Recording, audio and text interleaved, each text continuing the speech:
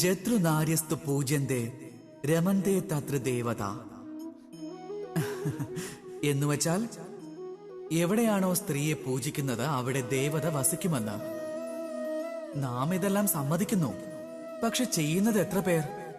ഇനി നിങ്ങൾ പറയും നാം സ്ത്രീകളെ എല്ലാവരുടെയും മുന്നിൽ വെച്ച് ബഹുമാനിക്കുന്നുവെന്ന്, അവരുടെ ജന്മദിനത്തിന് അല്ലെങ്കിൽ വിവാഹ വാർഷികത്തിന് സമ്മാനങ്ങൾ നൽകുന്നുവെന്ന്.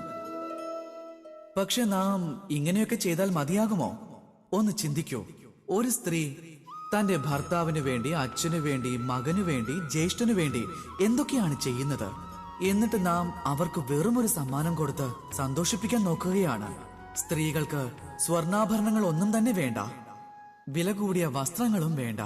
അവർക്ക് വേണ്ടത് നിങ്ങളുടെ ആദരവാണ്, എല്ലാവരുടെയും മുന്നിൽ വച്ചും പിന്നെ ഏകാന്തതയിലും.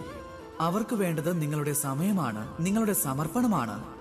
നിങ്ങളുടെ ഓരോ പ്രവൃത്തിയും അവരിൽ ഇങ്ങനെ ഒരു തോന്നലുണ്ടാക്കണം: നിങ്ങളുടെ ജീവിതയാത്രയിൽ അവർക്കും ഒരു സ്ഥാനമുണ്ടെന്ന്, തുല്യതയുടെ ഭാവമുണ്ടെന്ന്. അപ്പോൾ പറയുവാൻ സാധിക്കും, ജതൃനാര്യസ്തു പൂജ്യന്തേ രമന്തേ തത്ര ദേവത. രാധേ രാധേ.